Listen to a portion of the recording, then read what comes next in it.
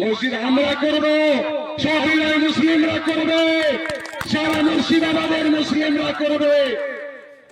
তারা মসজিদের জন্য আসন চাই না, মানুষকে তারা বলে না আমাকে নেতা করে নাও তারপরে মসজিদ করে দেব। আমরা আমাদের হৃদয় দিয়ে মসজিদ করি।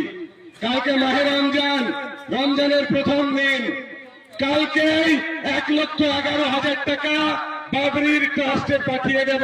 রমজানের প্রথম দিনে শপথ করেছি, আল্লাহর নামে ওয়াদা করেছি। মসজিদ আমরা তৈরি করব, তার জন্য আসনের প্রয়োজন নেই। মুর্শিদাবাদ জেলার মানুষ মসজিদ নির্মাণ করবে।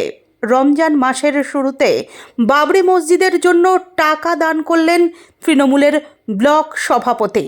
হুমায়ুনের প্রস্তাবিত বাবরি মসজিদ তৈরির লক্ষ্যে 1,11,000 টাকা দান করলেন নওদা ব্লক তৃণমূল কংগ্রেসের সভাপতি তথা জেলা পরিষদের শিক্ষা কর্মাধ্যক্ষ সফিউজ্জামান শেখ।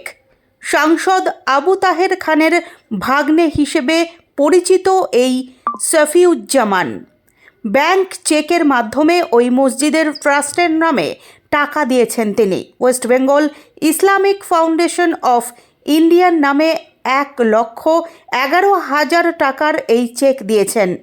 নওদা ব্লক তৃণমূল সভাপতি দিন দুয়েক আগেই একটি ব্লকের সভা থেকে ঘোষণা করেছিলেন মসজিদ আমরাই তৈরি করব, জেলার মানুষ তৈরি করবে। প্রথম রমজানের দিনই 1,11,000 টাকার একটি চেক সমাজ মাধ্যমে পোস্ট করে বলেন, কথা দিয়েছিলাম, কথা রেখেছি।